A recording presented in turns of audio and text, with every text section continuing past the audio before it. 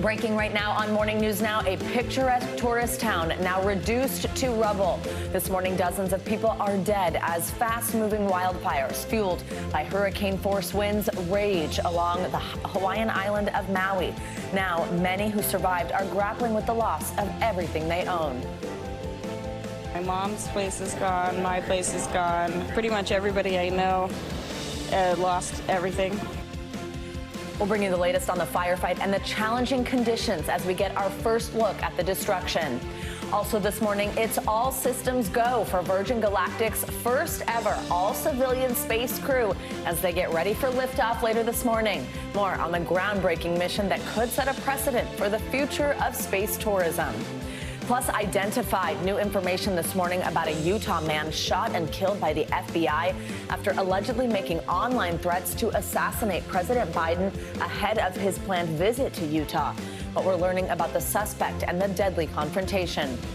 And they're flipping the script and showing the world that having a disability does not have to keep you from dancing. We'll introduce you to the UK's first and only dance troupe, Fresh, off their European tour. Good morning. Good to have you with us. I'm Joe Fryer. And I'm Savannah Sellers. Let's get right to our breaking news this morning out of Hawaii, where unprecedented wildfires have decimated parts of the island of Maui. Overnight, officials revealed that at least 36 people have died in the fires. The flames were fanned by strong winds from Hurricane Dora. More than 11,000 people were forced to flee their homes, many in the middle of the night. Some even had to dive into the ocean to escape the flames and the smoke. Among the hardest hit areas of Maui, the historic town of Lahaina, the old capital of the Hawaiian kingdom, was reduced to ashes as the wildfires ripped through its streets, destroying buildings and homes. Overnight, Hawaii's lieutenant governor spoke out about the devastation, warning that the recovery process could take a long time. Lahaina town was just so shocking and devastating. It looked as if it's just the whole town was devastated. The whole town was decimated. We're still trying to assess the amount of damage, but the road to recovery will be long. The damage to the infrastructure, it's not just buildings. I mean, these were small businesses that invested in Maui. These were local residents. And, you know, we need to figure out a way to help a lot of people in the next several years and to build some of these structures. We're also hearing dramatic stories from those forced to leave their homes and their communities, like this Lahaina resident. My son and his girlfriend and 2 kids were at the house, and we evacuated immediately. No cell phone coverage, no internet, no way to contact the outside world, and we got to this side of the island about midnight last night, my wife and dog, and slept in the parking lot at Whole Foods. Woke up this morning and got on our phones to pictures of our house just down to the slab. Nothing but smoke, cinders. In just a few moments, we will get the latest weather update from our meteorologist, Angie Lassman. Before that, let's speak with Bella Adorable. She was on vacation with her family and boyfriend when the wildfires erupted. Bella, thank you for joining us. Glad that you and your family are safe right now after what must be just an incredibly difficult last few days. First of all, I mean, just tell us, what is it that you have gone through?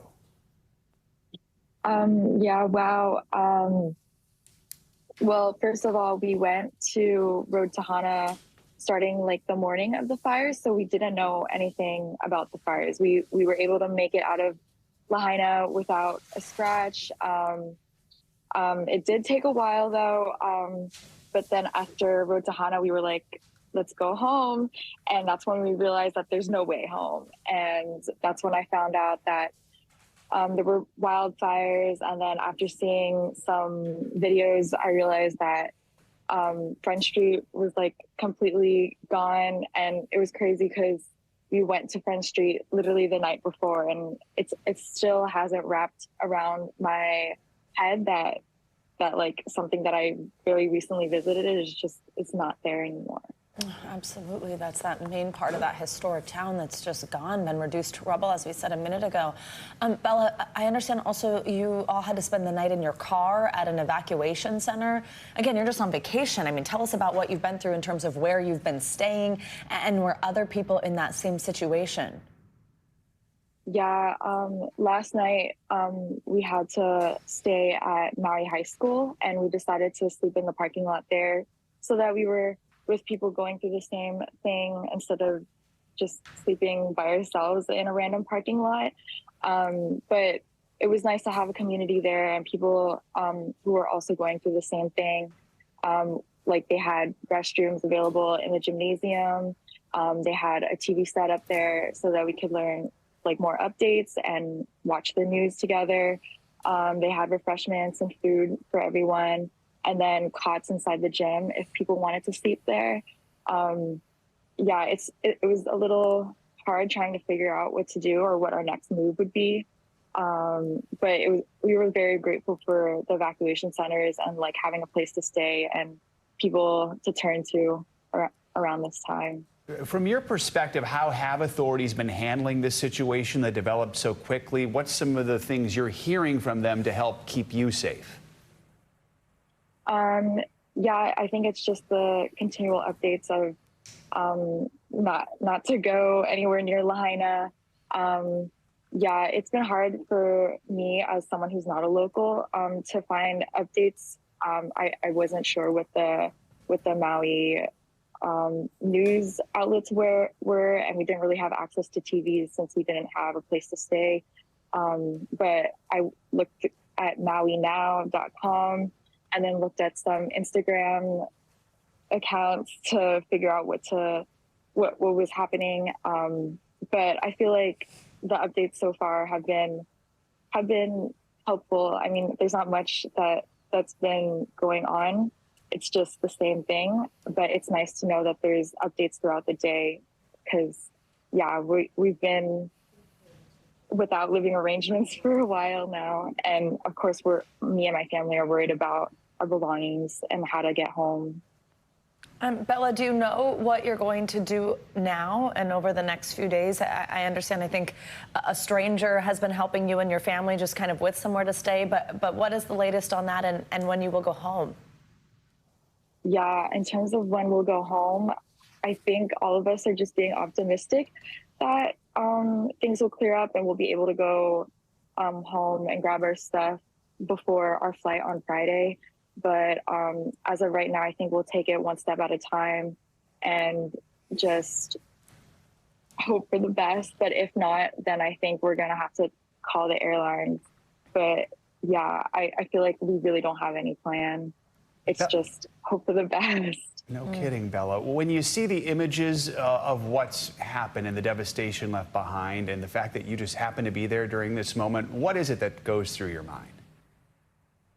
Yeah, I mean, I definitely feel like I'm here at like a historic time, which just sounds sad to say. Like it shouldn't have happened. It's devastating to see. And like for me, I mean, I'm just a tourist. Like the worst thing that happened to me was just like I wasn't able to do stuff I wanted to do on the trip. I'm fortunate and privileged enough to be able to say that, but I feel really, really bad for the locals and for like everyone who lost their homes, who lost their businesses, their livelihoods, to lose like so much rich culture and history for like this island. It's so sad to see. Bella, we are glad you and your family are okay. We wish you the best as you try and return home. Thank you for taking some time to join us. I know it's the middle of the night there, so we appreciate it. Yeah, very much. Thank you. Stay safe. Of course.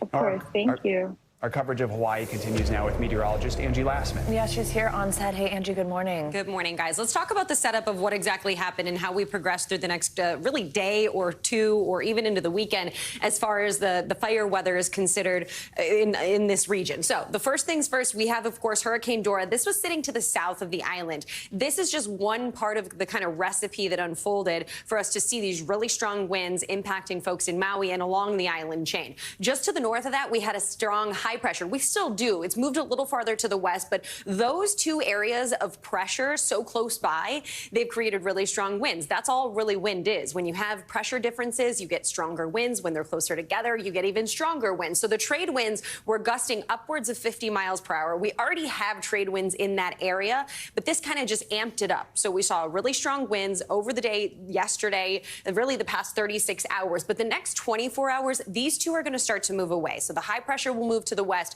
Hurricane Dora continues to move to the west. It wasn't the direct impact from Hurricane Dora that really brought these winds up. It was the fact that these two areas were so close by. But this is going to start to improve. We'll start to see these conditions subside. And so that means that over the next couple of hours, we'll see winds maybe 30, 40 miles per hour. But look what happens by the time we get to 24 hours from now. We'll see winds down to 10, 15, maybe gusts up to 20 and 30 miles per hour, but it'll be a big improvement. Now, the winds were just one component. We have already seen really dry conditions there so far. There's an ongoing drought. And when we have really dry conditions, of course, the low humidity, the strong winds, any little spark starts the fire and spreads it fast with fuels that are on the grounds. And when we have severe to moderate drought, that's what we're going to continue to be seeing. And unfortunately, guys, we don't have a lot of rain in the forecast over the next couple of days. We're going to see maybe a few sprinkles, maybe some isolated showers, but the likelihood of this drought improving, or even the conditions for the fire improving, is going to be slim when it comes to that. The good news is, though, of course, with the winds coming down, firefighters have a better chance of taking those helicopters up. That's something we saw happening yesterday, where the winds were so strong that they couldn't see it. So the good news is that there are some improvements with the winds, but of course the rain not in the forecast even through the weekend. All right, Angie, thank you so much. Heartbreaking to see. Thank you so much. Well, it seems all systems are go this morning in New Mexico for the historic space launch by Virgin Galactic. Their Unity ship is set to blast into space for the first time with an all-civilian crew. For more on this, let's bring in Dr. Hakeem Oluche. He's a world-renowned astrophysicist and professor. Good morning, doctor. Thanks very much for being here with us. Exciting stuff to get to talk about. So let's talk about this launch today. What can we expect? And also, as we've started to see this kind of space tourism develop, each of these different companies, each of these different spacecrafts kind of have a different experience to them, a different thing that we see, but also different that the passengers experience. What is it going to be like for those who are part of Virgin Galactic's launch? Well, if you're on the craft, it is going to be an amazing and exciting experience. The story of these people who are on this craft is really inspirational. You have a mother and a daughter and an 80-year-old Olympian who's suffering, former Olympian from the 1970s, who's suffering from Parkinson's. So what they're going to experience is something that you can guarantee they've never experienced before. The craft that they are in is going to be carried on another craft that will take them to a high altitude. Then they'll jet up to 85 kilometers above the surface of the Earth, going 4,000 kilometers per second. They're not technically in space. For all intents and matters, as far as they're concerned, it'll feel like space because at the top of the trajectory, they have weightlessness. They'll experience weightlessness. But the line is really 100 kilometers, right? That's our unofficial line for space. Then they come back down and they do a powered glide to a land. And, it's not a very long trip, but I'm sure it'll be incredibly exciting and something they'll remember forever. Absolutely. I know it's interesting how these all are sort of up and down, and there's those few minutes of that weightlessness for those that are on board. What do you think this ultimately means? Like, if we take it beyond just these three people, it's incredible experience for them, but possibilities for research for missions like this one they're on today, or what it does mean for tourism and the access to other people. What can we take away from this today? Yeah, so what this is doing is basically testing the viability of space tourism. One of the good news to come out of this is that if you look at the first person who had a space tourist flight, they paid $20 million for that flight.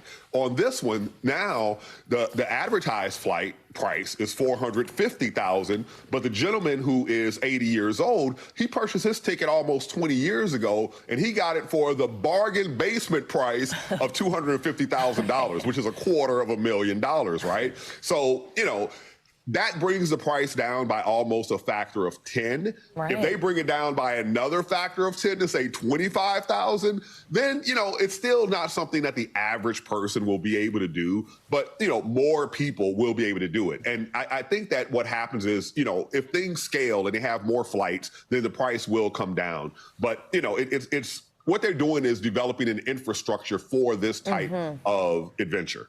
So exciting to see. Coming up later this morning, we'll be bringing it to you here. Dr. Oluche, thank you very much for joining us. Thank you, ma'am.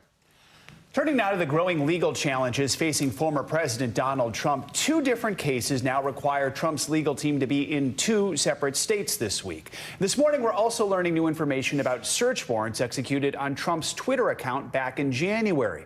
The special counsel's office carried out that search in connection with the ongoing investigation over alleged interference in the 2020 elections. We have NBC News legal analyst Danny Savalos here to give us some legal insight into these cases. But first, let's bring in NBC News legal contributor and MSNBC host Katie Fang from outside the courthouse in Fort Pierce, Florida, with the latest on this classified documents case. But Katie, first up, with that case in Florida, we know that Trump employees Walt Nauta and Carlos de Oliveira both had issues with getting legal representation for their arraignments and their past court appearances. So today, what can we expect with both men when they appear with their legal teams? And what more can you tell us about these new charges we've seen against Nauta?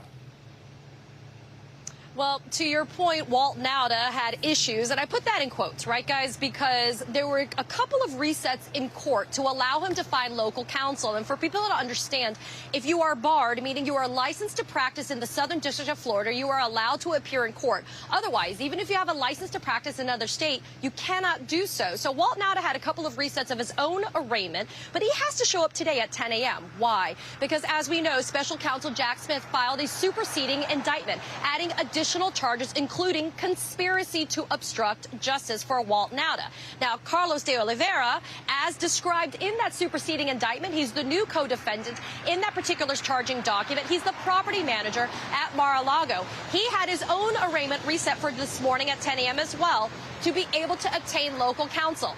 As of right now, as we have checked the docket, there is no notice of appearance that has been filed by local counsel on behalf of Carlos de Oliveira. So we're all going to be looking out to see who shows up on his behalf if someone shows up. Assuming arguendo, there is local counsel, he will enter a plea, he being de Oliveira, will enter a plea of not guilty, we suspect, and then the case will then continue. I just wanted to leave you guys with this. On August 25th is the next major hearing in this case. Judge Cannon is going to conduct a SIPA Section 3 hearing. That's the Classified Information Procedures Act. It's a hearing about a protective order, and we saw a flurry of activity yesterday where Donald Trump said that he wants to make Mar-a-Lago a SCIF, a secured facility to be able to look at those classified documents in this case. Danny, let's bring you in to talk about the other federal investigation, the one into alleged interference with the 2020 election. There's a hearing set for tomorrow on that request for a protective order there. Earlier this week, we heard Trump say he would continue to talk about the case. So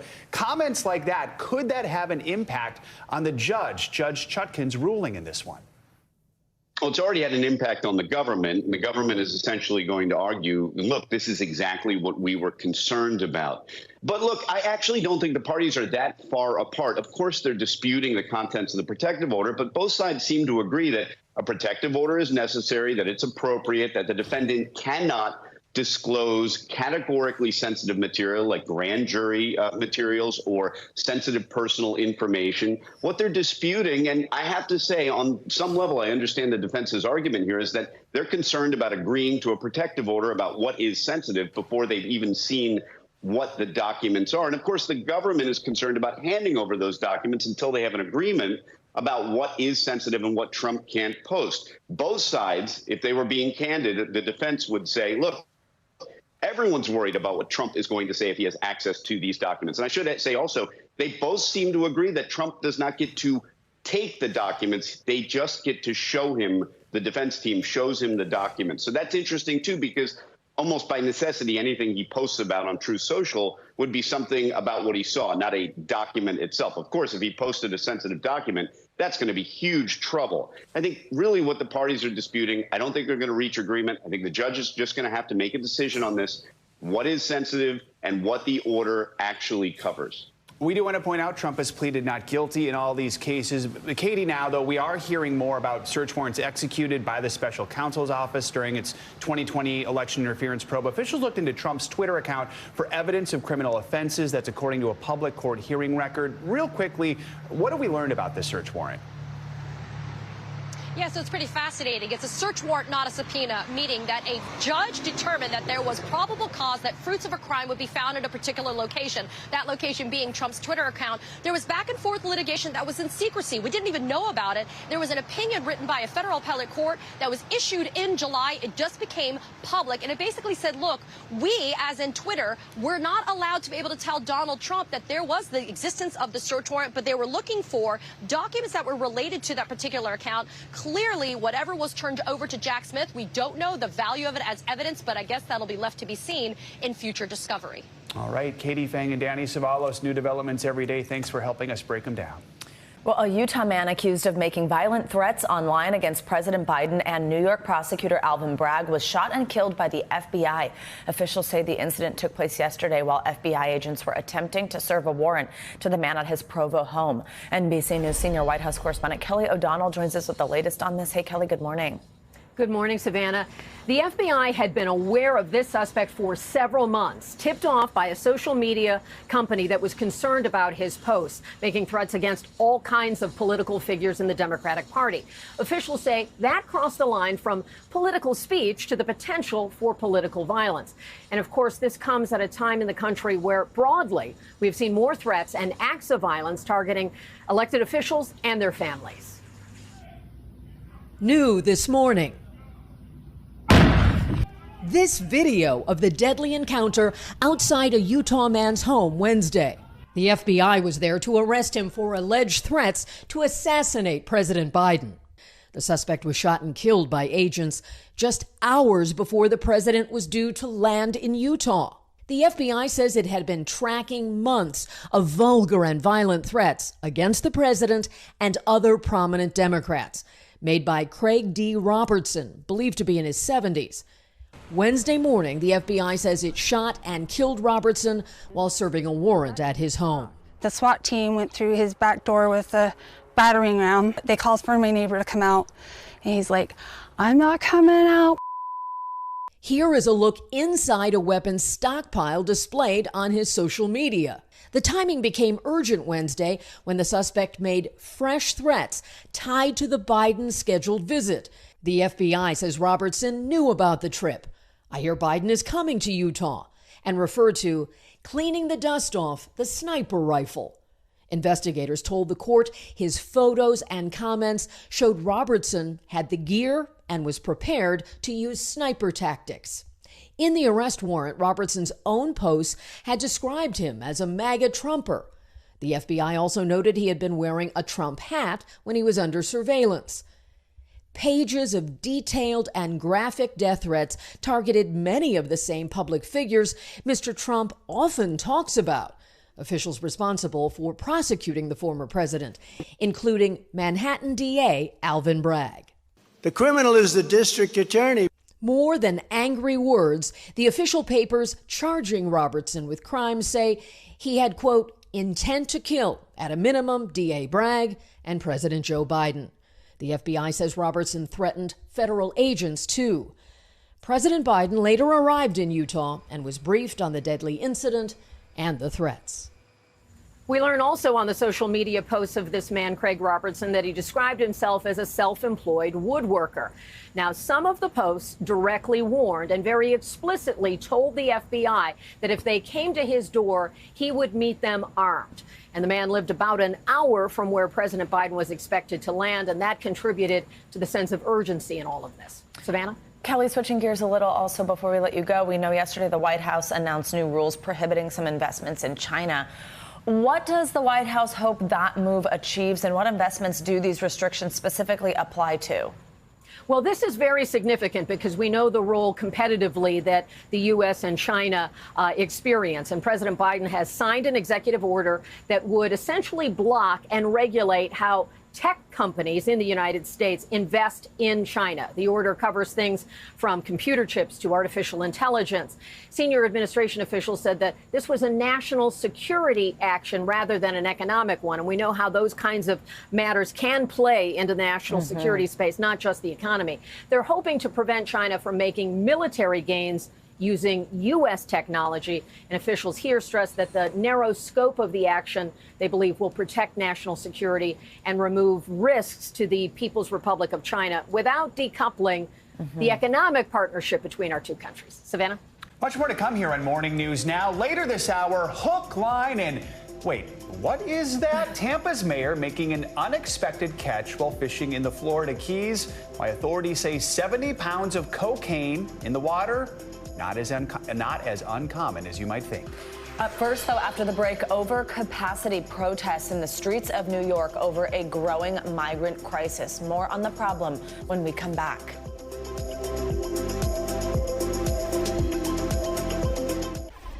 We are back with a look at the ongoing migrant crisis here in New York City, with new migrants arriving every week. Mayor Adams says the city is past its capacity. Now people are protesting a new proposed tent city that would help house some of those migrants. NBC News correspondent Ron Allen has the story.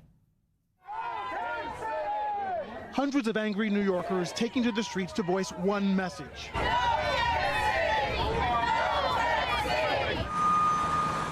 They're protesting the construction of a new relief center for the hundreds of migrants arriving in New York City every week. This one for up to 1,000 people, men only. Women, children, okay. All men, 1,000 of them is too much. Residents especially worry the center will be near an elementary school, a playground, and senior center. What are you afraid of happening here? The problem is that this is an inappropriate location. They're putting 1,000 unvetted adult males in a cot, rusted fences, no shopping, no transportation, nothing to do. In another part of New York, another center for migrants on Randall's Island, designed to house more than 2,000 single men.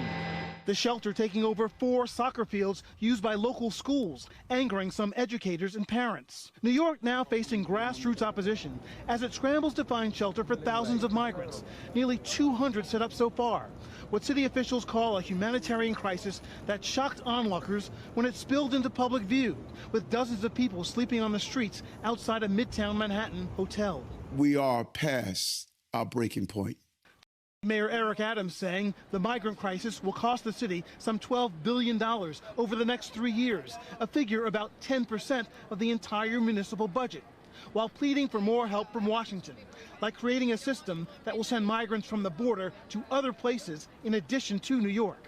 We need the federal government to lead a decompression strategy at the border so cities and states across the nation can do their part to shelter asylum seekers. In response, the Biden administration telling NBC News it's provided more than $140 million to New York City, more than any other city not along the border. That Homeland Security has sent experts to assess the situation in New York and identify ways to maximize resources. Now, other states also demanding the Biden administration do more as the number of migrants arriving surges. Today, I am declaring a state of emergency in Massachusetts. Massachusetts governor says the number of people in homeless shelters is up by some 80%.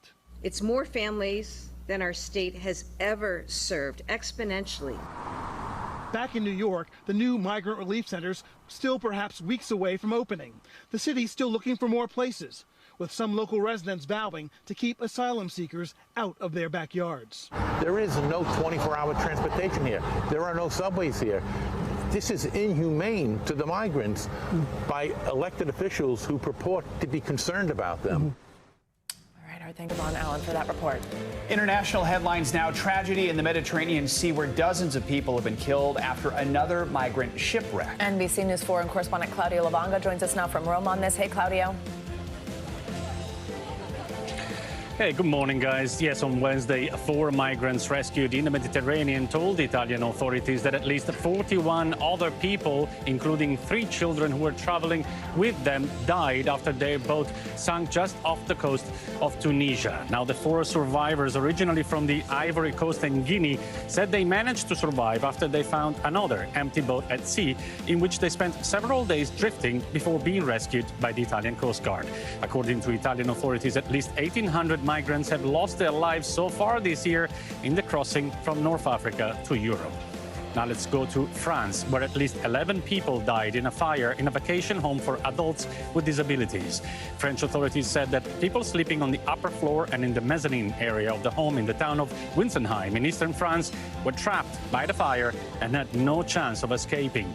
12 people who were staying on the ground floor were able to evacuate. And finally, let's head over to Brazil, where leaders and ministers of 8 Amazon nations signed a roadmap to protect tropical rainforests. The agreement means the countries that share the Amazon forest pledge to prevent the Amazon's ongoing demise from reaching a point of no return. But while the agreement was welcomed as an important step in countering climate change, environmentalists said it fell short of offering concrete commitments in terms of measurable goals and timeframes, guys. All right, Claudio, thank you so much.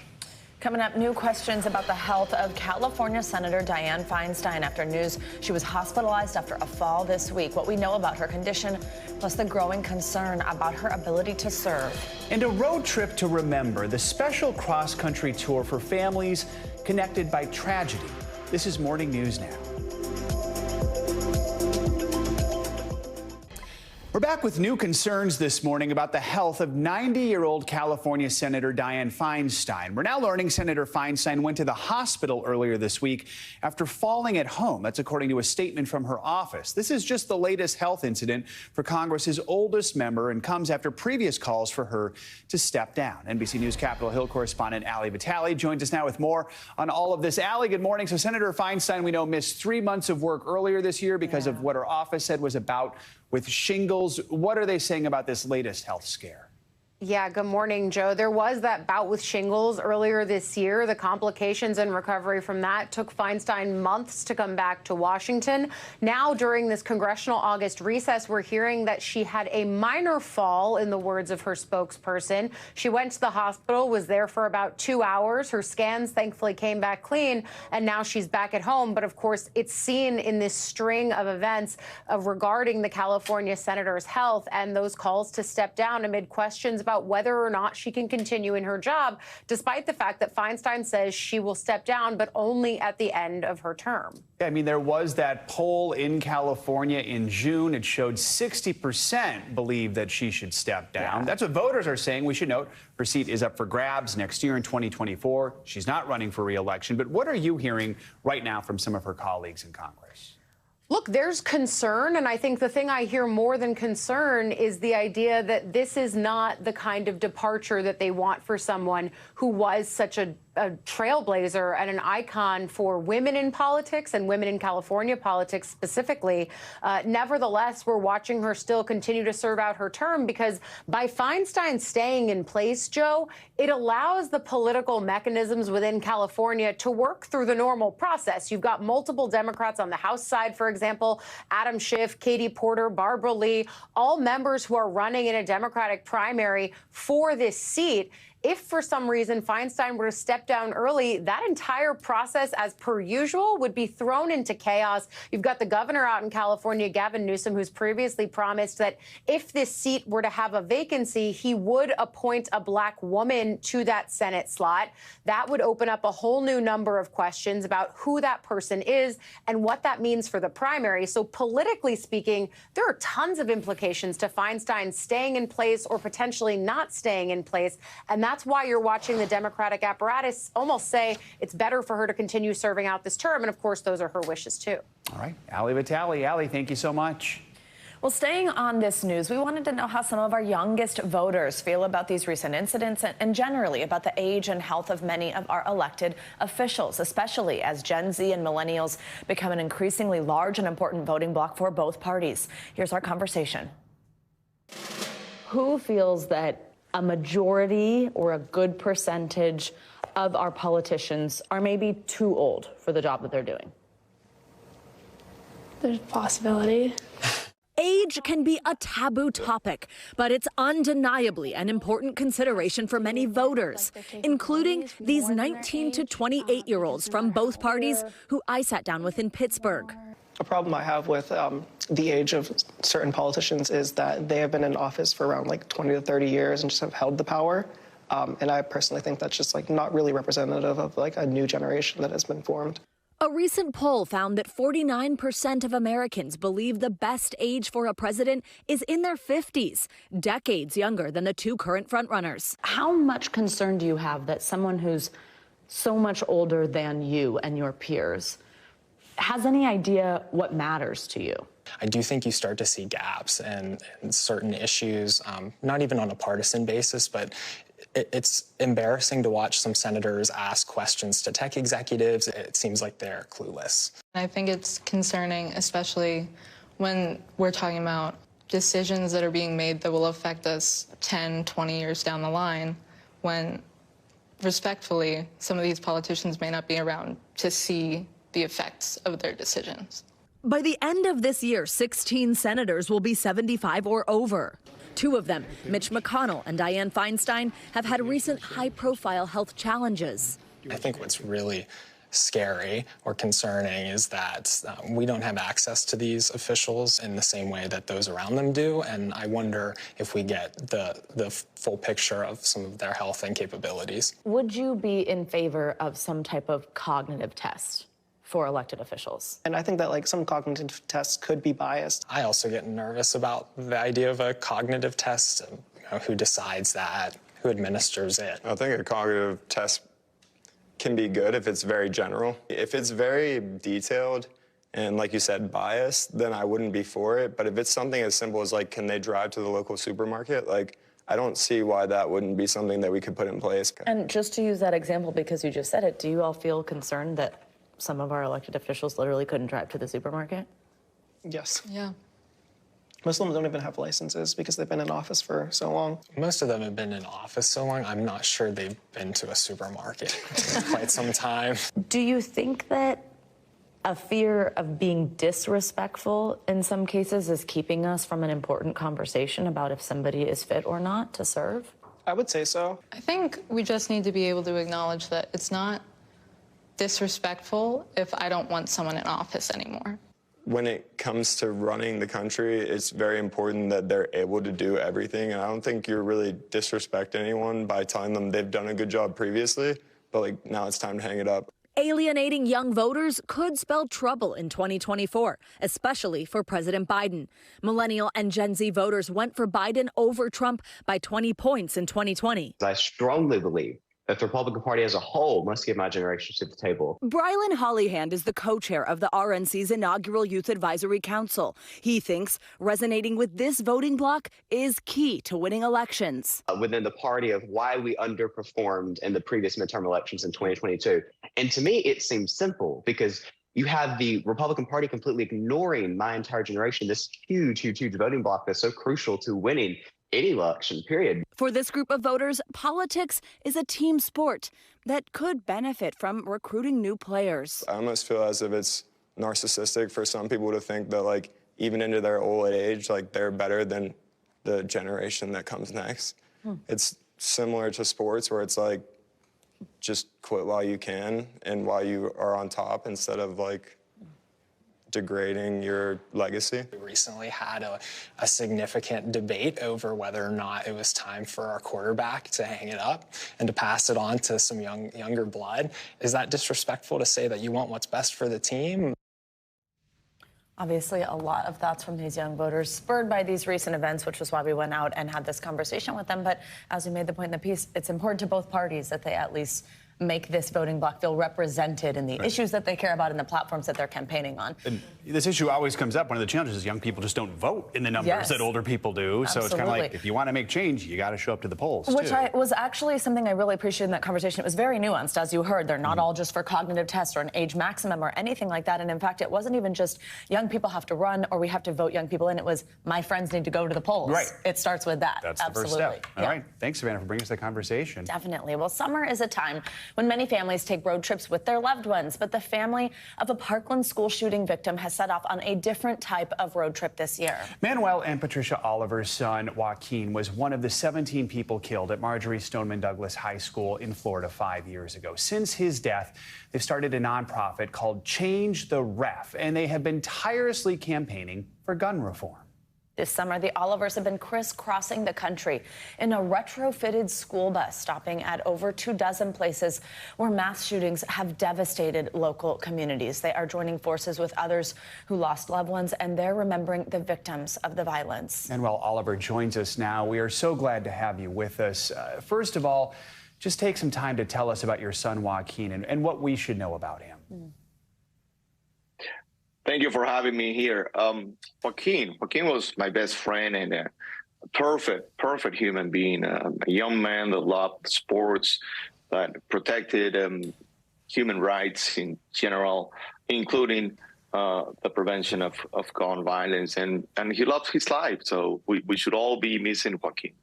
Oh, and Manuel, I do just want to tell you, after this had happened in Parkland, I was there to report on the ground, and I met many students who loved your son very, very much. I know you've already made stops in places like Uvalde, Texas, and Littleton, Colorado, Las Vegas, these places that, you know, have those names of those towns. We know what happened there because of this devastation. How did you get this idea to embark on this road trip, and what do you hope to accomplish as you make these stops across the country? Well, I'm hoping that our communities become strong before a tragedy like this one happens. You can see all these communities adding the word strong before the name of their cities. And now we have Portland strong, now we have strong Uvalde. And you know what? That's not the way it should be. We are checking and trying to understand the aftermath.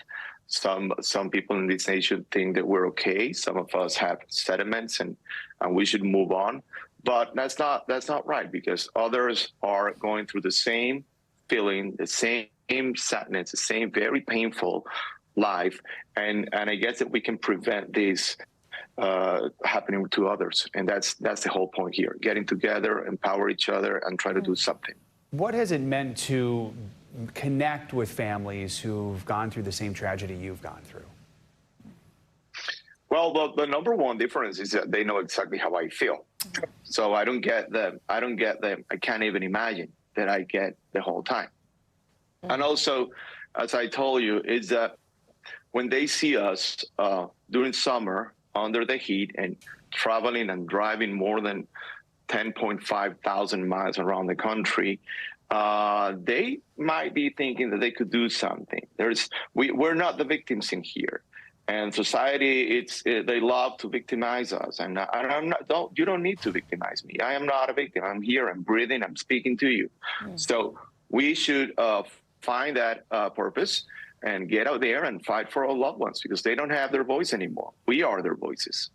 Well said, and a powerful message. Manuel Oliver, thanks for joining us, and we wish you all the best on this important journey. Thank you very much. Thank you. Have a great day. Coming up, a surprise catch for a Florida mayor on a fishing trip. Closer we got, I realized that it was a bale of cocaine. Up next, hear what else she's saying about what she found. This is Morning News Now.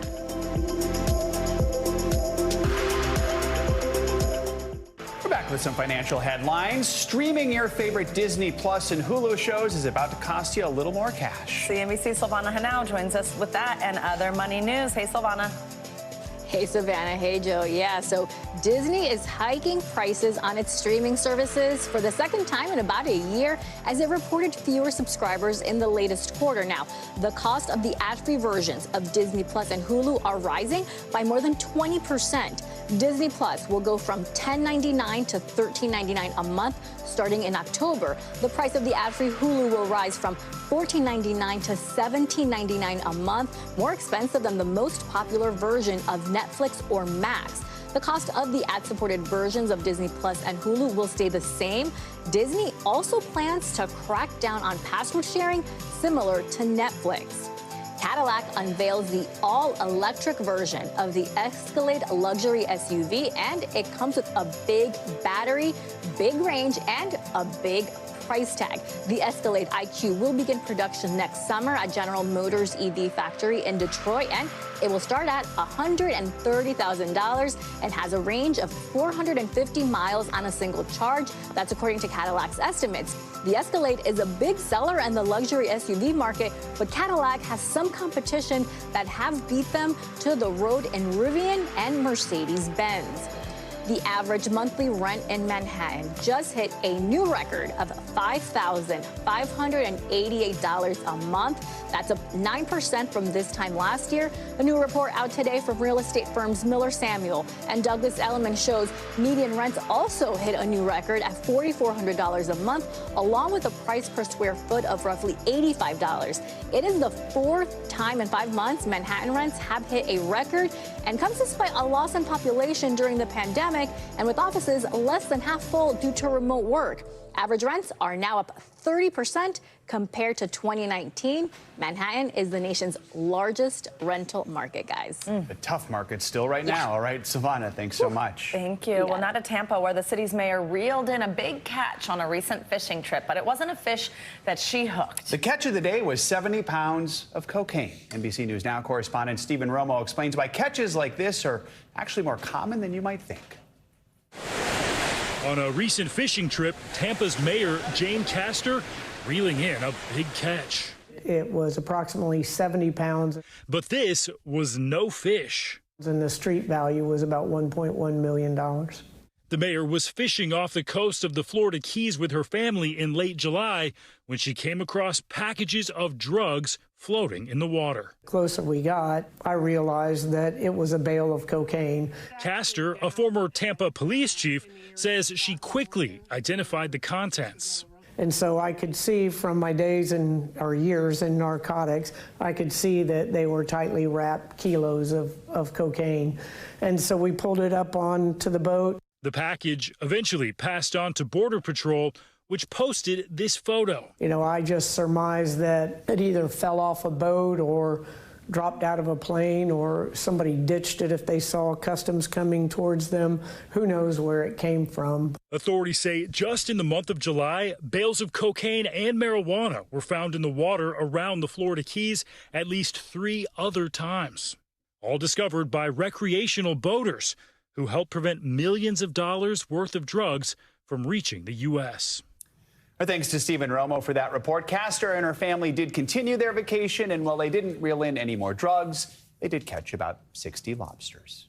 All right, well, coming up, they are inspiring others with dance. When we come back, we are flipping the script with the UK's first and only all-wheelchair dance troupe. You're watching Morning News Now.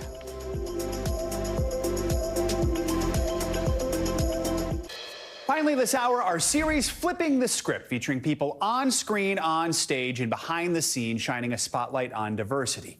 Helen Mason founded Propel, Britain's only all-wheelchair user professional dance company, as a way to raise awareness and give opportunities to dancers with disabilities. I recently talked with her and one of the company's dancers about how this troupe helps break barriers, proving that anyone can dance.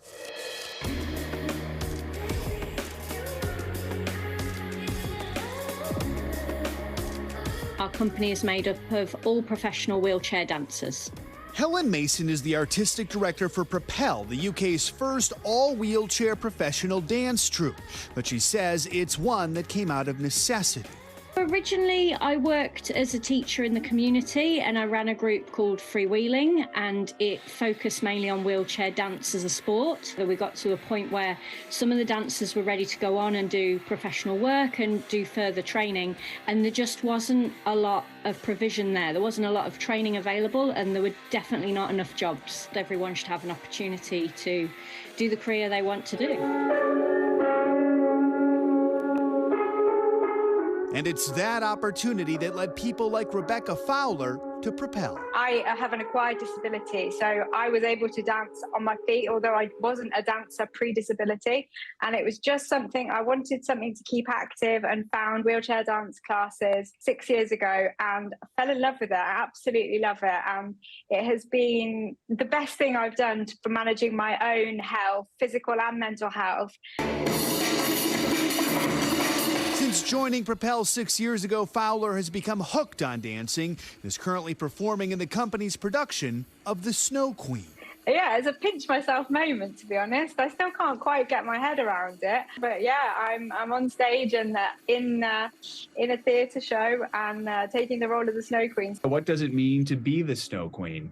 It felt like a huge responsibility, but I absolutely love playing the character. She's the villain of the piece. I really enjoyed getting to grips with the character and finding my inner baddie. Yeah, love playing the role.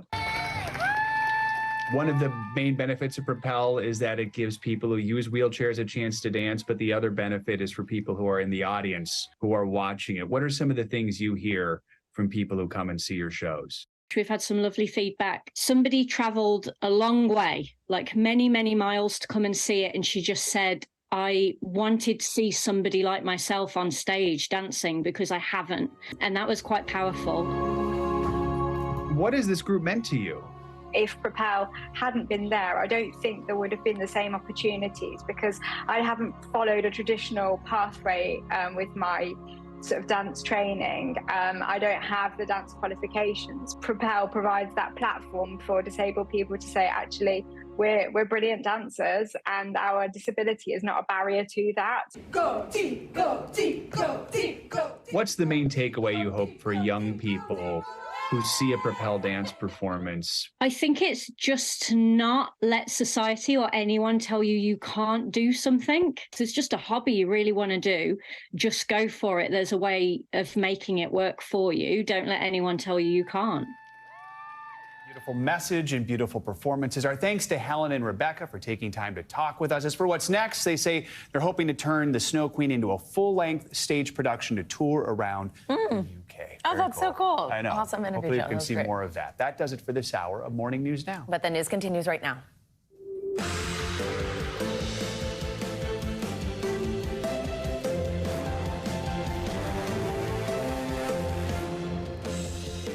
Good morning. Thanks for being with us. I'm Savannah Sellers. I'm Joe Fryer. Right now on Morning News Now, breaking news, trouble in paradise. Devastating wildfires are raging in Hawaii, parts of picturesque Maui, including the well-known seaside community of Lahaina, reduced to smoldering rubble.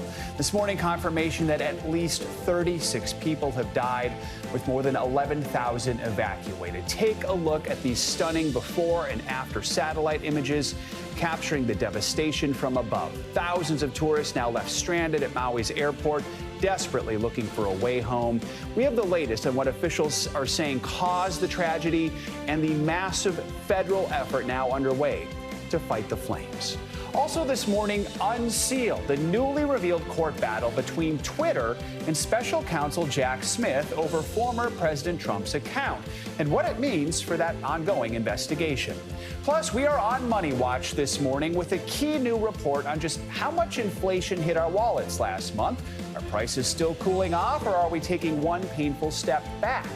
We're going to dig into the breaking numbers.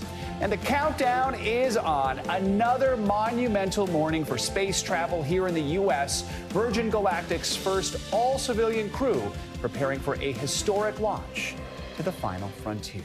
We're going to begin this hour with that breaking news out of Hawaii, where those horrific wildfires have destroyed the historic town of Lahaina on the island of Maui. Officials say at least 36 people have been killed, while more than 11,000 were forced to evacuate. Authorities say the flames were whipped up by strong winds from Hurricane Dora. President Biden sent his condolences along with federal and military resources. NBC News national correspondent Miguel Almaguer has the latest from Maui.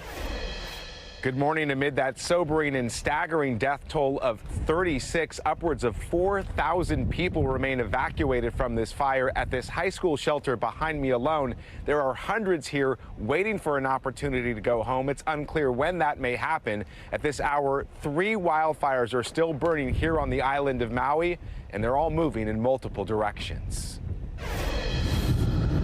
Oh my God. Driving past burning homes and walls of fire, for some, this is what the harrowing escape from Maui looked like. Let's go!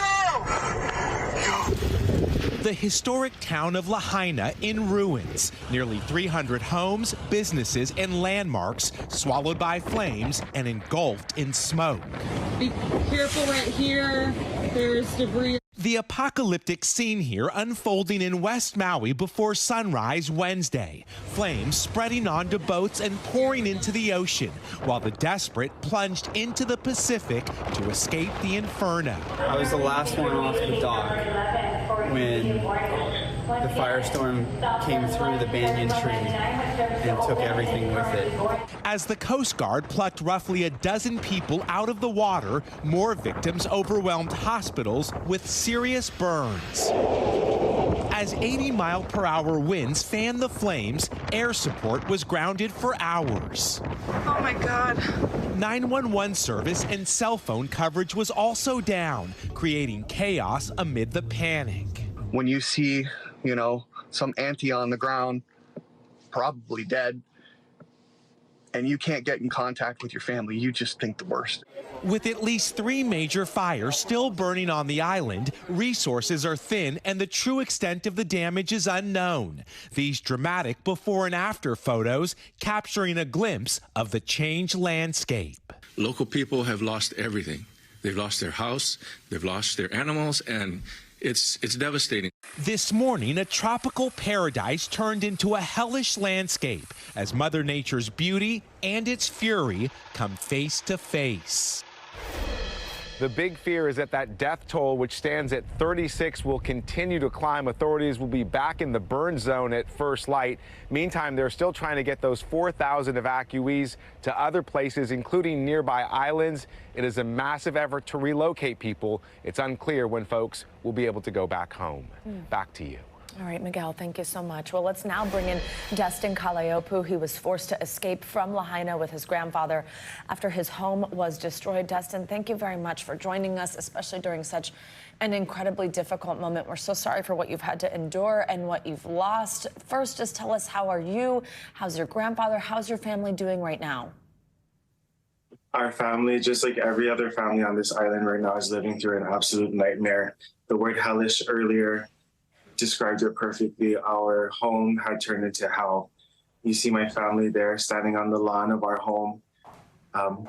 We found aerial photos this morning of what was left of our family home, and it was burnt to ash. There's nothing left of our town for miles. Again, thousands of people are homeless. That death count is at 36 officially, but I'm scrolling through Instagram every 5 minutes and I see just dead bodies on the street. I'm hearing on other news channels about community members pulling corpses from the water out of the boat harbor, and it's a nightmare that's been unfolding over the last 2 days. Dustin, we're so sorry for everything that you're having to go through right now. How quickly did this unfold, and what went through your mind the moment you realized you had to get out of your home? From when I realized the fire was getting closer to our home until the point that we evacuated, it was less than an hour. The wind was traveling so quickly through the town that we didn't know where the smoke was coming from. We weren't getting official notice. Previously, when incidents like these happened, we had a hurricane in 2018. The fire department was coming through with the police department letting everyone know that we needed to evacuate, and that wasn't the case this time. Our firefighters were working so hard along with the police department to tend to the fire that was spreading so quickly throughout the town that we basically all had to fend for ourselves. And I know this is true for everyone, that it was every man for themselves, trying to figure out where to go, what was safe. I mean, people were just fleeing, getting out of their cars and running to safety through Lahaina's Front Street. It was a nightmare. Hey, Dustin, we understand, we've been reporting some people had to jump into the ocean to try to escape the fires, just like what you're saying here, that it was just these desperate situations as this picked up so quickly. Talk to us about a little bit more about that, some of what you've actually seen and heard just from friends and from family, what people have had to do in their quest to get out and get to safety. I have heard a family friend whose car had caught fire while she was driving through Front Street. She was feet from the ocean, and she had no choice but to get over the seawall into the water to escape the fire. It was at the point where you had feet between the water and the fire, and you had to make that choice. And unfortunately, a lot of people who ended up in the ocean trying to swim to safety were not able to swim, and they returned to shore and lost their lives due to the fire that had made its way all the way down to the seashore. We know your family has lived in Lahaina for a long time. What is your hope for the future of this historic place for your family and just for the entire community? I've done over 10 interviews by now, and everyone describes Lahaina as being a tropical paradise, a tourist destination. What makes Lahaina special is not only the fact that it's so important historically as the first capital of the Hawaiian Kingdom.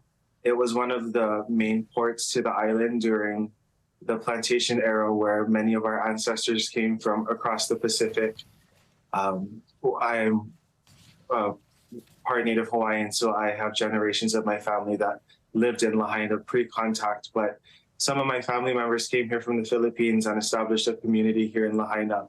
And that's so true for many people. Many of us lived in multi-generational households with great-grandparents getting to help raise their great-grandchildren. And just the tight-knit community of Lahaina goes beyond the beautiful landscape that we're known to have. It's being so close to one another and having that ohana, that family that we can rely on each other to know that when the dust settles and it's time to put things back together, that we're all going to be there for each other. Dustin, thank you again for taking the time to speak to us while you are going through this. We appreciate it, and we are thinking about you and your family. We're happy that you're safe, and we're so sorry for your losses. Thank you for allowing us to share. Our coverage of the Hawaii wildfires continues. We want to bring in meteorologist Angie Lastman for more on the weather in that area. Hey, Angie, good morning. Good morning, guys. We know that the weather played a big role in this. We, of course, have seen the images of just how fast that fire was spreading, part and thanks to those really strong winds that we've had. We had trade winds gusting 40, 50, even up to 60 miles per hour in some spots. And we had two areas of pressure that we were keeping an eye on that really put all of this in play. A high pressure to the north of the islands, a Hurricane Dora to the south. Those are now going to start moving away. So we are going to see some improving conditions when it comes to the winds over the next 24 hours. As those systems depart, we'll still be dealing with some gusts. We, of course, will still have 20, maybe 30 mile per hour winds in the short term, at least over the next couple of hours. But as Thursday daylight hours get underway on the island, we'll start to see those coming down, maybe 10, 15 mile per hour winds. It'll be more breezy than gusty. So that'll be an improvement for folks there. Of course, we know just how dry that island is right now, dealing with severe to moderate drought in some spots. So all the fuels were there, of course, and then the winds spreading that fire so quickly. The difficult part of the forecast is that we don't have a whole lot of rain in the picture for folks there, at least through the weekend. Maybe a few of these isolated showers will track, but otherwise not a whole lot in the way of rain. But those winds are going to come down, which of course will help battle those fires. Now, back into the lower 48, we've got some strong storms that we're going to continue watching moving to the east. We've got two areas that we're watching for strong storms to potentially severe storms to develop here into the later parts of our day today. It really sticks with us through the evening. You can see the heavy rain across parts of the southeast, and some thunderstorms are expected across parts of the plains too. We've got hail and strong winds as the main threats there, but we can't rule out a couple of tornadoes. And on top of that, some heavy rain in place as we get through the next couple of days. This is through Friday. We could see rainfall rates up to an inch per hour. So places like Boston, Hartford, Philadelphia could see some soggy conditions here as we get into the next couple of days. And then no surprise here, the heat continues for folks across the south. More than 50 million people are under these heat alerts at this hour, and temperatures once again headed to record-breaking status potentially. 100 degrees is expected in New Orleans later today. The current record stands at 98 degrees, 104 for Houston. Really just no relief in sight for folks here from Florida to Texas. A little farther to the north, Nashville, below normal temperatures. St. Louis, right on par for where we should be for this time of year. But the south doesn't get a break tomorrow either. 108 rather in Abilene, Texas. 104 for Houston. So it's going to be another day of temperatures in the triple digits, but feels like temperatures much warmer than that, well above 110 for most folks there. As we look ahead to the weekend, Washington, D.C., a little on the warm side. Hits those low 90s both Saturday and Sunday. Cincinnati hangs out into the upper 80s. So the weekend, of course, in view, but we'll still be dealing with those severe storms across parts of the Midwest. The West, though, will remain warm, mostly sunny. Then we'll roll into Saturday with the storms tracking a little bit farther to the east, guys. All right. Angie, thank you so much. Thanks, Angie. All right, well, we're learning new information this morning about the special counsel's investigation into former President Donald Trump. According to a court ruling made public yesterday, investigators carried out a search warrant on Trump's Twitter account back in January. Officials say they were looking for, quote, evidence of criminal offenses. Trump's legal team was not notified about the search until June. NBC News correspondent Garrett Haake, as you just saw, joins us now from Washington, D.C. with the latest. Hey, Garrett, good morning. So walk us through what we're learning from these court documents about this warrant on Trump's Twitter account, and also the fact that we're just hearing about this search and his team just learned about it in June. Yeah, Savannah, it's interesting, right? This was something that the special counsel started to pursue in January, at which point Donald Trump's Twitter had been dormant for more than a year, since just after the January 6th attack. We don't know exactly what information they were able to get here, but it would be sort of non-public Twitter information. It would be his drafts, his DMs, perhaps location information that might have been stored within the app. But we know that Smith had to make an appeal to a judge, basically saying, look, we think there's evidence of criminal activity here, and we need it, and we don't want you to tell Donald Trump that we're looking for it here. So we're probably closer to the beginning of this mystery than to the end of it. But obviously, this was the most important social media account in politics for years. And that data now in the possession of the special counsel. Trump, by the way, not happy about it, as you pointed out. He found out, we believe, in June, but blasted this yesterday on his new social media platform, saying it's a hit on his civil rights to have had this information seized. Also, Garrett, let's talk about the Twitter, really now X side of this. The company's been renamed to that. They face major consequences, actually, for not complying with the court's ordered deadline to overturn documents regarding Trump's account. How serious were those penalties for the company, and where's that stand now? Well, it ended up, the company had to pay about $350,000 in penalties for delaying this. They delayed it, they say, because they were fighting this non-disclosure order that meant they had to hand over this information to the government and not tell Donald Trump that they had done so. That's certainly something that Donald Trump has seized on. In these court filings, the government makes the point that this is not a lot of money to Elon Musk, the billionaire owner of Twitter, now X, but they did kind of want to make a point here that they were not in compliance with this court order, and they were going to have to pay escalating fees if they'd fought this much longer. Garrett, the judge is set to hear arguments over the protective order request by the prosecution in the federal elections interference case tomorrow. What can we expect to see there? And the former president, we do not expect to be there, right? Tell us what we might see. That's right. We will not see Donald Trump back in court tomorrow. Look, this is normally a pretty pro forma element to any criminal proceeding. Basically, what you have here is an order that says, when we, the government, give you, the defense, evidence that we've collected as part of discovery, you're not allowed to talk about it publicly. Well, the Trump attorneys have fought this. They say they want to make their entire case as public as possible, but more to the point, they want delays. And so even by forcing this to be a hearing as opposed to the kind of thing that can be handled with motions or paperwork back and forth, they continue to kind of slow walk every element of this trial. It's likely that the judge will put some kind of protective order in place after this hearing tomorrow, and equally likely that Donald Trump will try to ignore it. Savannah. Garrett Haake, as always, thank you very much.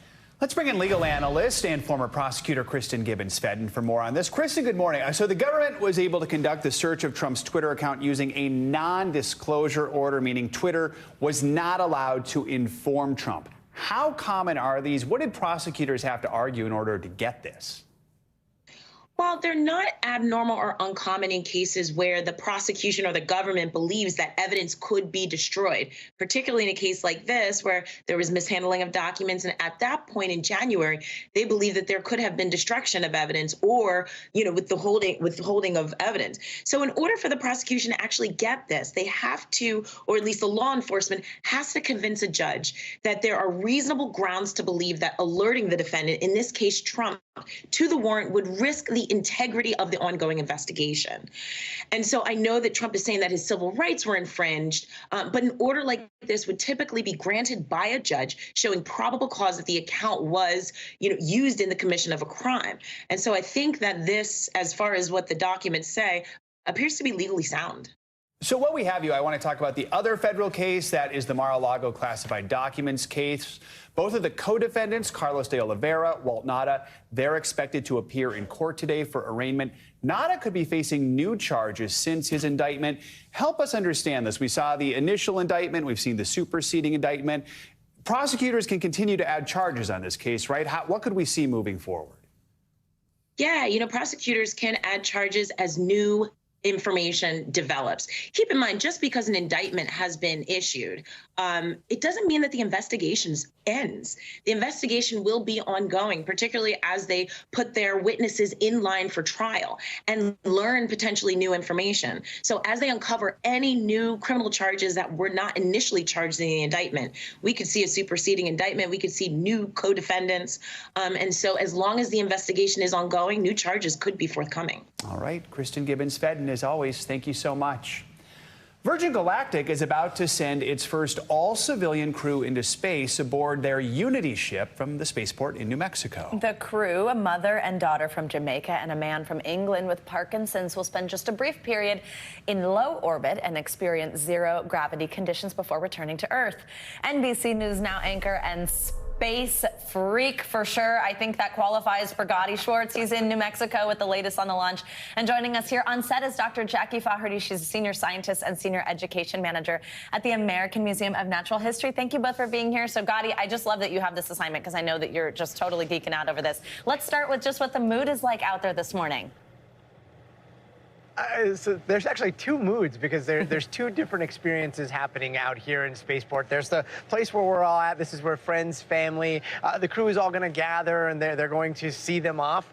And then there is the astronaut experience in Savannah. They gave us just a little sneak peek of the astronaut experience. It is like spiritual. Basically, they bring them in. It's a very minimalistic entrance. It seems like they're going down this corridor into a bunker in the desert. They enter, and then it's just a futuristic landscape. Very few people there. They've got their flight suits there. They've got this comfort, serenity vibe in there, and then they prepare to leave Earth, and that's what's going to happen. So they're going to walk through those doors. They're going to come out here. This is the tarmac. They're going to head out to Unity, the spacecraft that they're going to get in. It's got a mothership. They will take off, and then about a little ways into that flight, they will detach from the mothership, go Mach 3, head straight up into space, 53 miles above the Earth. They will hit that apogee. They will invert, look down at the rest of us, and then the rest is history. I'm getting those right stuff vibes right now. Let's bring in Dr. Faherty here. Your focus is on getting people interested in space. So sending actual civilians into space, that must help, right? Yeah, I think this is an exciting new step. We've had a lot of these steps recently. You've probably heard on Blue Origin, SpaceX, now Virgin Galactic. Everybody's joining it. It feels like the door is opening a bit more for regular people, like maybe the three of us here, to have our opportunity to go into space. $1.5 million? Yes. I do not have that ready to go into space, but I love the concept that, you know, my nieces and nephews, they're looking at this and thinking, is this the future of travel for them? So that's the exciting part, I think, for right now. Yeah, it is so exciting to think about it becoming something that could be more normalized in the future. We're just so not used to that concept yet. Gotti, tell us about who is going up. This mother-daughter duo making history. They're going to be the first astronauts from the Caribbean. Have we heard how they're doing this morning, how they're feeling?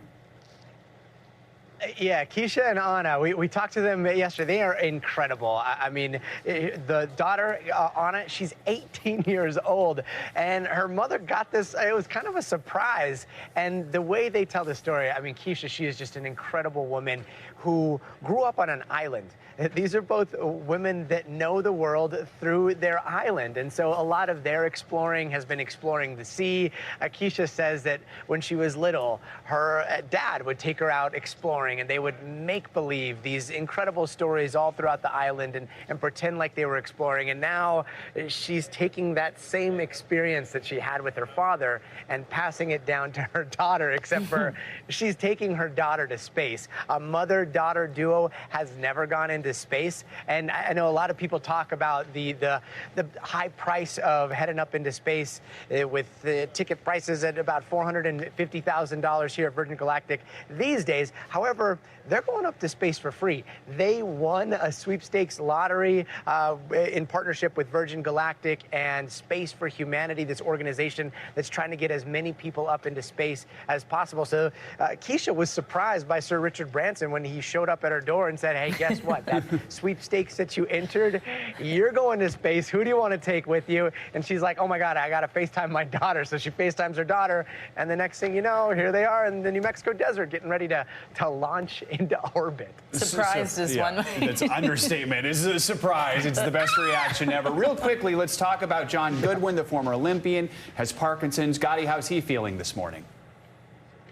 He's feeling great. They are so excited about this. And John Goodwin is unstoppable. I mean, we saw him, I think yesterday going up, and it's not just one flight up and then one flight down and then goodbye. This is an entire experience where there's a lot of training that goes into this. And we watched John Goodwin load into this high performance plane that they do acrobatics in to prepare them for those high G's that they'll experience. So he's flying around above us. They basically take the plane up, they stall, they simulate zero gravity. He's pulling G's left and right. Again, 80 years old with Parkinson's. He's just showing what can still be done at 80. And again, he's unstoppable. So very much looking forward to what's going to happen today. I just want your reaction, too, on what you're hearing, like how exciting this all is that Gotti, what he's explaining about what we're going to see today, and then just what can this do for us in a research sense? Well, the nice thing about this is that these companies didn't necessarily have to pair with scientists like myself. I'm a professional astrophysicist. This is what I do for a living. Yeah. And you can partner, you see this partnership between a company that's a for-profit, that's there to take people into space, that are also interested in seeing that they have this vessel that's going up and down where scientific experiments can be conducted. And so there's partnerships that are ongoing where there are payloads on this vessel that's going up, where you can see experiments that are going to push the needle forward in our understanding about how humans exist in space. So that's a big, nice component of this that I think gets little attention in all of our discussions about space. Every trip helps, right? Every trip is a potential for advancing the needle in our understanding about the human form in space. That's so great to hear. Thank you so much. Such an exciting conversation, and we're going to have more of this morning as it unfolds. We'll be watching. Thank you so much, Gotti and Dr. Faraday. Coming up this morning, we're watching your wallet, too, with some breaking data on inflation. So are prices still cooling off, or could we be hitting a plateau? We're going to discuss. But first, new developments this morning in the case of that Georgia mother who's accused of plotting to kill her estranged husband. She's now out of jail in the Bahamas, but her legal troubles far from over. We have the latest up next.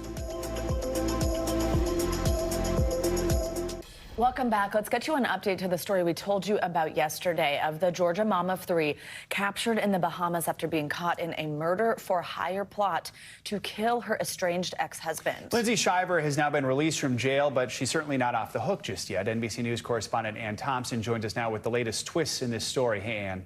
Hey, Joe. The question at the heart of this case is this just a woman who is frustrated and in the midst of a difficult divorce, or is this someone who truly wanted to see her husband dead? Well, that's what's going to be decided in a Bahamian courtroom.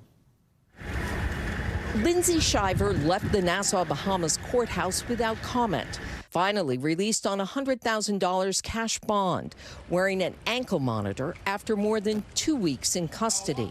This morning, the Georgia woman stands accused of conspiring to kill her estranged husband, Robert, with Terrence Bethel said to be her lover and Farron Newbold supposedly the hitman. All three appeared in court Wednesday afternoon for the bail hearing. None of the three have entered pleas. Bahamian authorities in a court document say the trio agreed on July 16th to murder Shiver's husband.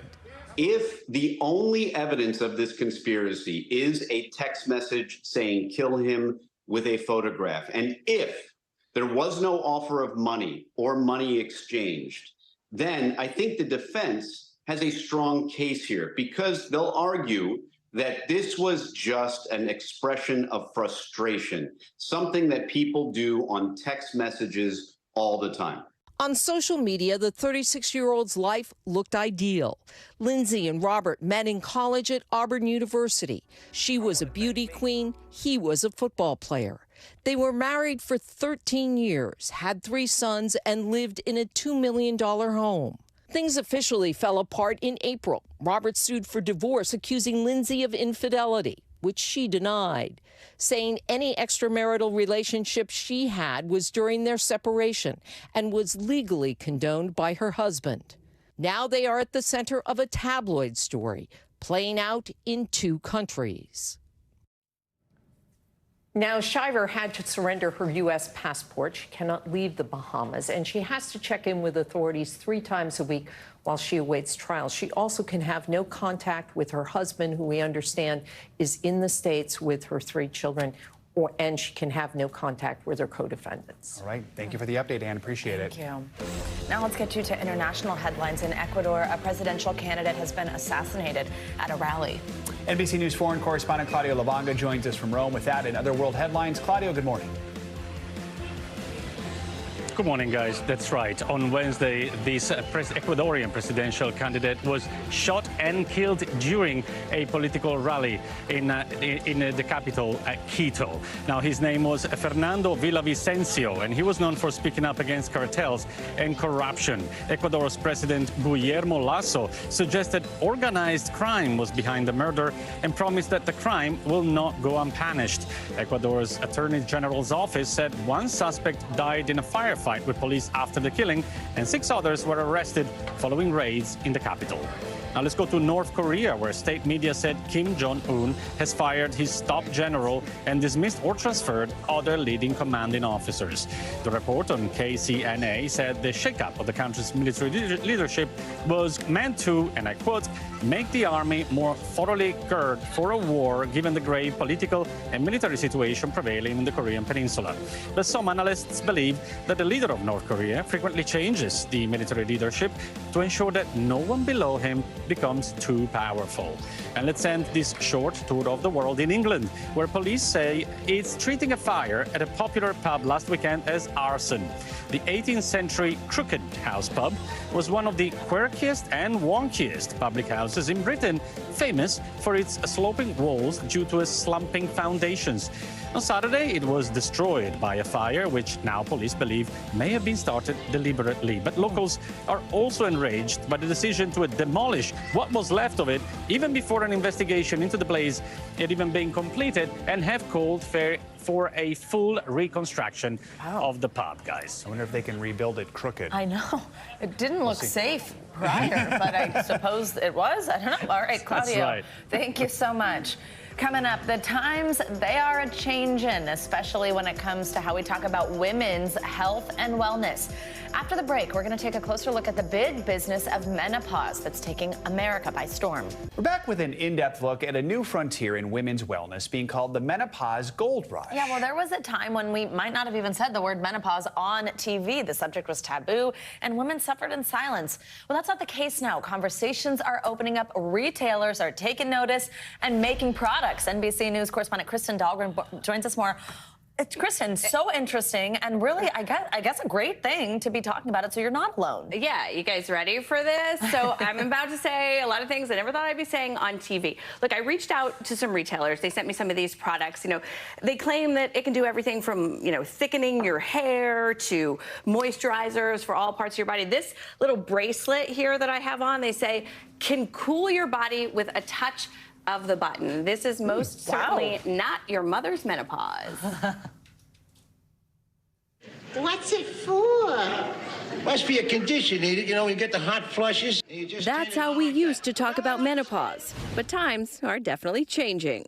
I am leading the way through the menopause maze. In fact, some have labeled this the menopause gold rush.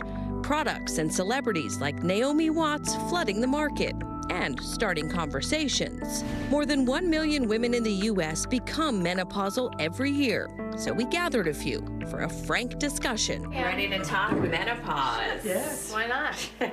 Finally. Michaela Robinson, Adrian Cotton, Makta Kibor, and Jessica Poulin were willing to talk symptoms, sex, and everything in between. In the last year, I've gone into menopause and started experiencing hot flashes and mood swings and vaginal dryness, and you know, the list goes on. Oh, what fun. I was putting weight on, but even the worst part of it was I couldn't lose it. At night, I feel like I'm on a rotisserie spit. I feel like the mattress is like roasting me. You can find products for virtually every symptom. Cooling pillows for hot flashes, lubricants, even something called Happy Hoo-Ha Gummies, costing you anywhere from around $5 to about $300, depending on the product. Looking for laser therapy? You could spend even more. An expensive game of trial and error. Jessica estimates she spent a few $100s trying to find relief. But I've just been trying to throw the spaghetti at the wall and see what sticks. Of all these, has anything helped? No. Nothing. So we sought out an expert at Stanford University Medical Center. Dr. Leah Milheiser is a specialist in female sexual medicine and menopause, who recommends speaking to a medical provider trained in treating menopause. Unfortunately, there is not one magic pill that I can give you that is going to take care of all of those things. Now, having said that, the most effective treatment for most of the symptoms is menopausal hormone therapy. Recommendations on hormone therapy, or HRT, have shifted in recent years. A 2002 study, now considered to be flawed, raised flags about health conditions like breast cancer in women using HRT. But the study mostly looked at women over 60. One of the study's researchers, Dr. Joanne Manson, told a podcast in May the results were perhaps blown out of proportion, especially in terms of the use of hormone therapy. Experts now say that there is less risk and more benefits, specifically for younger women, than the study concluded. But hormones are not for everyone, depending on medical history. The FDA recently approved a new non-hormonal drug to treat hot flashes and night sweats. Speak to your doctor, find out what the most appropriate treatment is for you. There is a lot to learn, as menopause has its moment. And sometimes the answer isn't anything you buy at all. What's worked for you? Good, healthy diet, yoga. It can simply be embracing the change. So you like this phase of life, it sounds like. I love this phase of life. I am stronger than I've ever been physically and emotionally. And I feel like I know what's going on and I take charge.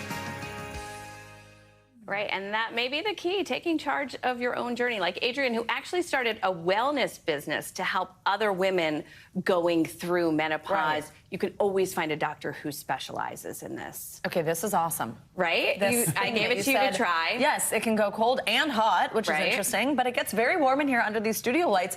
I love this. See? Very cool. Don't have to be in menopause. There you go.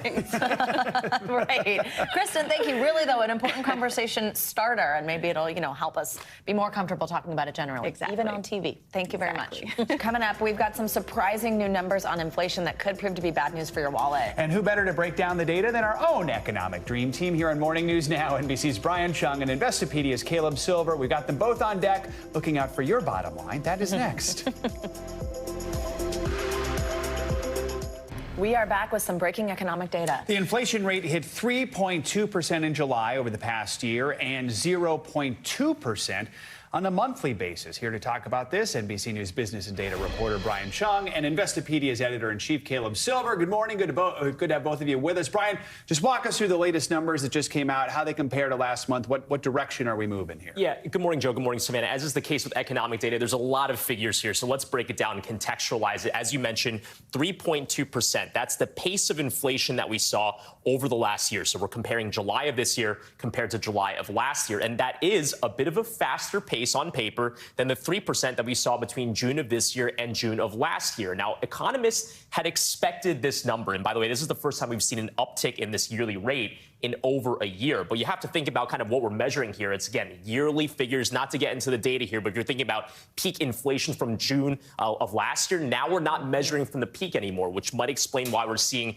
this a little bit of a higher figure. But again, economists had expected this, not yet mission accomplished, because economists say where we really want to be is 2%. So inflation is still very uncomfortable for a lot of Americans out there. Definitely. Caleb, what's your reaction here? Any surprises? Yeah, not too hot, not too cold. A little bit of Goldilocks here, but what Brian was just describing is what we call the base effect. We're down at this 3% range, so any little changes up or down are going to move that number. And when we look at it, what was moving the number? Food prices still pretty high, right? Food at home, food away from home, and then transportation services. These are still very expensive. They've come down a lot, but now we have these high levels that we're just kind of getting used to as consumers, and we're spending a lot to deal with it. All right, so Caleb just mentioned some of the categories. Brian, let's have you break down the numbers by category for us, and where are we seeing some of the biggest gains and falls here? Yeah, again, what we're talking about here is the Consumer Price Index. It's a basket of goods that covers all different types of categories. So Caleb was just mentioning food. That did increase by 0.2% between June and July. Again, we're talking about monthly figures here. Energy is a big factor, too, because gasoline prices rose specifically between May and June, and we've been feeling that at the pump again. June and July, we did see an increase of 0.1%. So again, still rising in prices there. But shelter, this is the biggest one for most Americans. This is the largest cost. Rent payments, equivalent mortgage payments, it's continuing to remain high, up 0.4%. We'll have to see if that number falls later on in the year. But interestingly, we did see other categories fall. I don't have it listed here, but you're looking at things like, for example, household furnishings, expensive things like appliances, washers, dryers. Airline fares were down 8.1% just over the month, so cheaper to fly, mostly domestically, and also footwear. Sneakers did get cheaper during the month. So good news for me. We know someone who likes those sneakers. Yeah, so good news for you. Brian, what is this potentially going to mean for an interest rate? We know Federal Reserve meeting coming up next month. What might they take away from these numbers? Yeah, well, this is really interesting because we've seen the yearly inflation numbers come down. As I mentioned, it just kind of looks like a peak in June of last year, been coming down. Now we're starting to go sideways a little bit. The Federal Reserve is likely expecting the same thing as economists had expected because, again, this print was largely as expected, but not yet mission accomplished for the Fed. Does that tilt them into another interest rate hike? We've heard some officials say that, but their next meeting is not going to be until September. We're going to get more data until that point in time. We'll see. Caleb, real quickly, we saw credit card debt top $1 trillion recently. Is that surprising considering what we're seeing with interest rates right now? Not at all, because the average APR on a credit card is now 20.5%. So we're spending more credit card balances, about $5,700 per borrower on average, and credit card debt now at a record high, over $1 trillion. Consumer debt over $17 trillion. Big spenders. All right, Brian, Caleb, thank you both. Appreciate it. Thank you both. Well, let's stay on financial headlines now. Amazon is taking its turn incorporating AI into its website. CNBC's Silvana Henao joins us with that and other money news. Silvana, good morning. Hey, Joe. Hey, Savannah. Good morning. Yeah, so Amazon is testing an AI tool to help third-party sellers on its site write descriptions for product listings. That's according to a report by The Information. Amazon is investing a lot into AI. Last week, CEO Andy Jassy said every single one of Amazon's businesses are working on projects involving generative AI. That's the same type of technology used in ChatGPT. Tapestry, that's the owner of Coach and Kate Spade, is close to a deal to buy Capri Holdings. That's the parent company of Michael Kors, Jimmy Choo, and Versace. The Wall Street Journal reports the sale could be announced as soon as today and will likely be worth in the high single-digit billions. It would also be one of the largest deals in the fashion industry in recent years. Capri cut its annual sales forecast earlier this year on weak demand for its handbags and shoes. And the cost of business travel is expected to soar even more this year and in 2024 as competition for airline seats, hotel rooms, and cars post-pandemic drives up prices. A report from travel company CWT and the Global Business Travel Association says the typical premium class airline ticket will likely top $4,500 next year. Business trips with multiple destinations, which is a practice known as trip batching, are up 10% from 2019, and such trips help reduce emissions, save money, and maximize employees' travel time. $4,500 for a first-class ticket. That better be a really good meal. Ooh, seriously. And I feel like a lot of them are even more than that, just when you're looking around. And yeah. Ooh, it hurts. All right, Silvana, thanks so much. You got it. Coming up, it's a Mega Millions mystery with more than $1.5 billion on the line. So who in that small Florida town of Neptune Beach is America's next billionaire? Our own Sam Brock is on the hunt. He's asking everyone in the town after this. Welcome back. The spin-off TV series from the popular High School Musical movies is enjoying its grand finale. And like any good musical, it's also tying up some loose ends. The final season of the appropriately named High School Musical, the series, dropped on Disney Plus yesterday. Some former Wildcats from the movies made cameo appearances. Spoiler alert, we learned some news about some of your favorite characters, but two big stars from the movie did not make an appearance. Vanessa Hudgens and Zac Efron, who played Gabriella and Troy, were no-shows, but we did learn that their two characters are still together and are supposedly in couples therapy. Another big star who was not in the final episode, series regular Olivia Rodrigo. And there is your closure for that series. Yeah, Until they make High School Musical, the series, the movie, or something else. The reboot, the reunion. Exactly. Yeah, who knows? All right, well, finally at this hour, the hunt for a mega winner. One lucky Mega Millions player or group of players from Neptune Beach, Florida, is now a billionaires after winning the record-breaking jackpot of nearly $1.6 billion. NBC News correspondent Sam Brock joined us now from Neptune Beach, Florida, to discuss the question on everyone's mind there. Who's the lucky winner? Sam, good morning. Joe, Savannah, good morning. I love the fact that Joe said, I am on the hunt. No stone unturned, guys, looking for this billionaire. Have not found him yet, although this is interesting. So Publix has more than 850 stores just in Florida alone. But it was this one over my shoulder in a city with a population of 7,000 that sold the winning ticket. Now the winner has up to 6 months to claim their prize. This morning, the mystery of not just Mega Millions, but billions is hanging over the small coastal town of Neptune Beach. I woke up this morning to a bunch of text messages asking if I won the money, and I didn't even buy a lottery ticket. Probably should have. What else is there to do but speculate when someone in your city pulls the winning ticket on a $1.58 billion lottery? That's a record for Mega Millions and the third largest jackpot of all time. No, that wasn't me. You're sure it wasn't you, though? Positive it wasn't me. No, I'm just surprised it's not California. I'm glad somebody hit big in Florida, because it's always California. In fact, the largest lottery landfall ever was in California, a $2.04 billion Powerball haul from Los Angeles last November. Selling the only Powerball jackpot winning ticket. California and Florida do share another crucial connection. They're two of only 8 states that don't tax lottery winnings after the federal government takes its share. And Florida also has no state income tax. That's one of the beauties of living here in the state of Florida and having a winner be in the state of Florida. With that, this person will be able to have more revenue in their pockets. From bars to card rooms, someone just hoping to have an ace up their sleeve. Most of us in here bought a ticket and there was no winners because everybody's here. By Florida lottery rules, the winner must either show up or send proof within 180 days for the full annual payments or 60 days for the lump sum of $783 million. After that deadline, the money and dreams disappear, so check your tickets. I'm just very excited, and a word of advice is whoever won, make sure you get yourself a great lawyer and a great financial advisor. See, that guy knows what he's talking about. Now, let's just say theoretically that you do have the winning ticket, guys. Still, there's a 24% federal withholding tax in addition to 13% more because of the income bracket you suddenly find yourself in. So $783 for the lump sum comes back down to about $500 million if that will work.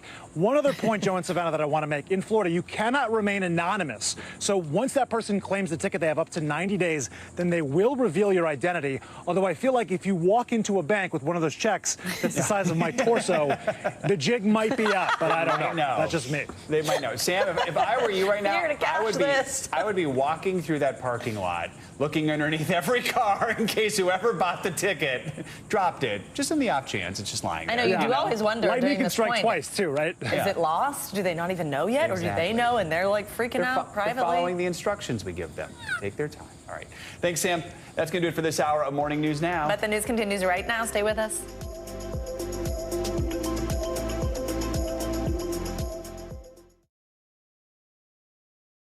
Thanks for watching our YouTube channel. Follow today's top stories and breaking news by downloading the NBC News app.